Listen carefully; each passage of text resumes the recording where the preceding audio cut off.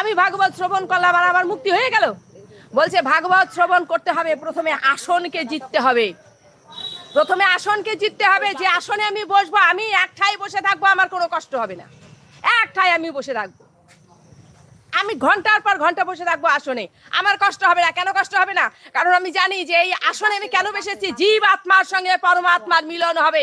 আমি পরমেশ্বর ভগবানের আর ভগবান আমার, আমি তার সঙ্গে মিলিত হবো। আমার যদি এই ধ্যান, এই মন থাকে, তাহলে আমার আর কষ্ট হবে না। বলছে আসনকে যেত, আহারকে যেত, নিদ্রাকে যেত, ক্ষুধা লাগবে না, নিদ্রা আসবে না। আপনারা বসছেন ভাগবত শুনতে, আপনাদের ঘুম এসে যাচ্ছে, ঝিম এসে যাচ্ছে, ঝিমিয়ে পড়ে যাচ্ছেন, তার মানে কি আপনি নিদ্রাকে জয় করেননি।